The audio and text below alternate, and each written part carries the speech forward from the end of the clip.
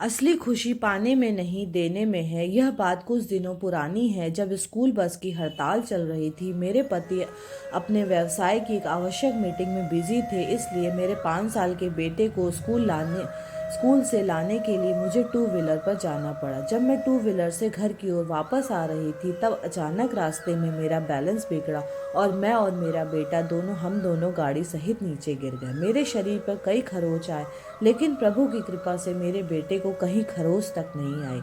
हमें नीचे गिरा देखकर आसपास के कुछ लोग इकट्ठे हो गए। उन्होंने हमारी मदद करनी चाहिए।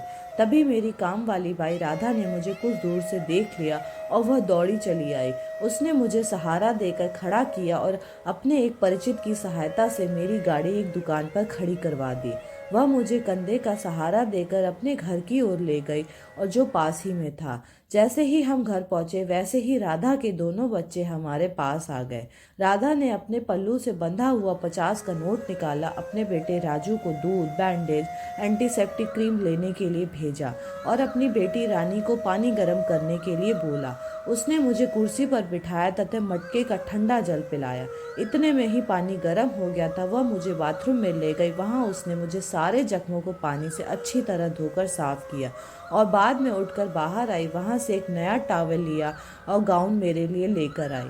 उसने टॉवल ने मेरा पूरा बदन पोंछा, जहां आवश्यकता था वहां बैंडेज लगाई, साथ में ही जहां मामूली चोट थी वहां एंटीसेप्टिक क्रीम लगाया। अब मुझे कुछ राहत महसूस हो रही थी। उसने मुझे पहले के लिए एक नया गाउन भी दिया। वह बोली, ये गाउन मैंने कुछ दिनों पहले ही खरीदा है, लेकिन आज तक पहना नहीं है मैडम। आप इसे पहनकर थोड़ा रेस्ट कर लीजिए। आपके कपड़े बहुत गंदे हो गए, इन्हें धोकर सुखा देंगे, फिर आप अपने कपड़े बदल लेना। मेरे पास कोई चॉइस नहीं थी। मैं गाउन पहनकर बाथरूम से बाहर आई। उसने झटपट अलमारी से एक नया चद्दर निकाला और पलंग पर बिछाकर बोली, आप थोड़ी देर यहीं आराम कर लीजिए। इतने में बिटिया दूध भी गर्म कर दिया था। राधा ने दूध में 2 चम्मच हल्दी मिलाई और मुझे पीने को दिया। बड़े विश्वास से कहा, मैडम आप यह दूध पी लीजिए, आपके सारे जख्म भर जाएंगे। लेकिन अब मेरा ध्यान तन पर था ही नहीं, बल्कि मेरे अपने मन पर था। मेरे मन के सारे जख्म एक एक करके हरे हो रहे थे। मैंने सोच रही थी, कहाँ मैं और कहाँ यह राधा। जिस राधा को मैं फटे पुराने कपड़े दे देती थी, उसने आज मुझे नया टॉवल दिया, नया गाउन दिया, मेरे लिए नई बेडशीट लगाई। धन्य है यह राधा। एक तरफ मेरे दिमाग में यह सब चल रहा था, तब दूसरी तरफ राधा गरम गरम चपाती और आलू की सब्जी बना रही थी। थोड़ी देर में वह थाली लगाकर ले आई। वह बोली, आप और बेटा दोनों खा लीजिए। राधा को मालूम था कि मेरा बेटा आलू की सब्जी ही पसंद करता है और उसे गरम गरम रोटी चाहिए, इसलिए उसने रानी से तैयार करवा दी थी। रानी बड़े प्यार से मेरे बेटे को आलू की सब्जी और रोटी खिला रही थी और मैं इधर प्रायश्चित की आग में जल रही थी। सोच रही थी कि जब भी इसका बेटा राजू मेरे घर आता था, मैं एक तरफ बिठा देती थी, उससे नफरत से देखती थी, और इन लोगों ने मेरे मन के प्रति कितना प्रेम है। यह सब सोचकर आत्मग्लानि से मैं भरी जा रही थी। मेरा मन दुख और पश्चाताप से भर रहा था। तभी मेरी नज़र राजू के पैरों पर गई, जो लंगड़ा कर चल रहा था। मैंने राधा से पूछा, राधा इसके पैर पे क्या हो गया? तुमने इलाज नहीं करवाया? राधा ने बड़े दुख भरे शब्दों में कहा, मैडम इसके पैर में ऑपरेशन करवाना है, जिसका खर्च करीबन 10,000 है। मैंने और राजू के पापा ने रात दिन मेहनत करके 5,000 तो जोड़ लिए, 5,000 की और आवश्यकता है। हमने बहुत कोशिश की, लेकिन कहीं से नहीं मिल सके। ठीक है, भगवान का भरोसा है, जब आएंगे तब इलाज हो जाएगा। फिर हम लोग कर ही क्या सकते हैं। तभी मुझे ख्याल आया कि राधा ने एक बार मुझसे 5,000 अग्रिम मांगे थे और मैंने बहाना बनाकर मना कर दिया था। आज वही राधा अपने पल्लू से बंधे सारे रुपए हम पर खर्च करके खुश थी, और हम उसके पैसे होते हुए भी मुकर गए थे और सोच रहे थे कि बला टली। आज मुझे पता चला कि उस वक्त इन लोगों को पैसे की कितनी सख्त आवश्यकता थी। मैं अपनी ही नज़रों में गिरती चली जा रही थी। अब मुझे अपने शारीरिक जख्मों की चिंता बिल्कुल नहीं थी, बल्कि उन जख्मों की चिंता थी जो मेरे आत्मा को मैंने ही लगाए थे। मैंने दृढ़ निश्चय किया कि जो हुआ सो हुआ, लेकिन आगे जो होगा वह सर्वश्रेष्ठ ही होगा।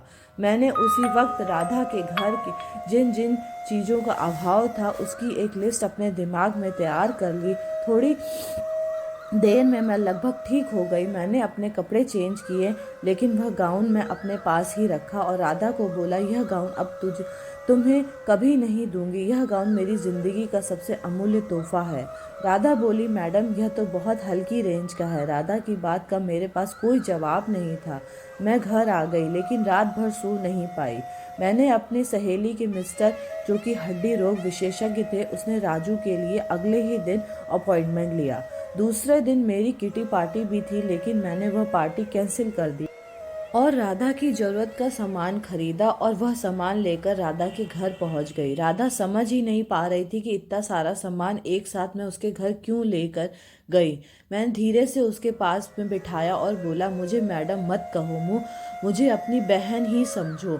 यह सारा सामान मैं तुम्हारे लिए नहीं लाई हूँ, मेरे इन दोनों प्यारे बच्चों के लिए लाई हूँ। और हाँ, मैंने राजू के लिए एक अच्छे डॉक्टर से अपॉइंटमेंट ले लिया है। हम शाम को 7 बजे उसको दिखाने चलना है। उसका ऑपरेशन जल्द से जल्द करवा लेंगे और तब राजू भी अच्छी तरह से दौड़ने लग जाएगा। राधा यह बात सुनकर खुशी के मारे रो पड़ी, लेकिन यह भी कहती रही, मैडम यह सब आप क्यों कर रही हैं? हम बहुत छोटे लोग हैं, हमारे यहाँ तो यह सब चलता ही रहता है। वह मेरे पैरों से गिरने लगी। यह सब सुनकर और देखकर मेरा मन द्रवित हो उठा और मेरी आंखों से भी आंसू के झरने फूट पड़े। मैंने उसको दोनों हाथों से ऊपर उठाया और गले लगा लिया। मैंने बोला, बहन रोने की जरूरत नहीं है, अब इस घर की सारी जवाबदारी मेरी है। मैंने मन ही मन कहा, राधा तुम क्या जानती हो मैं कितनी छोटी हूँ और तुम कितनी बड़ी हो। आज तुम लोगों के कारण ही मेरी आंखें खुल सकी हैं। मेरे पास इतना सब कुछ होते हुए भी मैं भगवान से और अधिक की भीख मांगती रही। मैंने कभी संतोष का अनुभव नहीं किया, लेकिन आज मैंने कहा जाना कि असली खुशी पाने में नहीं देने में है। मैं परम पिता परमेश्वर को बार बार धन्यवाद दे रही थी। आज उन्होंने मेरी आंखें खोल दी। मेरे पास जो कुछ था वह बहुत अधिक था। उसके लिए मैं परमात्मा को बार बार अपने ऊपर उपकार माना तथा उन धन को जरूरतमंद लोगों के बीच खर्च करने का पक्का निर्णय लिया। दोस्तों, आपको कहानी कैसी लगी कमेंट करके ज़रूर बताएं।